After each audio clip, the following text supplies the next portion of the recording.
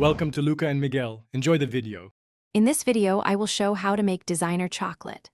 Start by selecting couverture chocolate and clean tools, then measure ingredients precisely and prepare molds.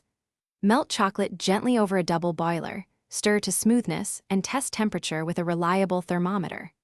Temper chocolate to achieve a glossy finish and crisp snap, pour into molds, add fillings, and cool on a flat surface until fully set for professional results. To temper chocolate correctly, begin by melting to the target temperature for your chocolate type, then cool to seed crystal formation by stirring in chopped tempered chocolate or resting on a marble slab.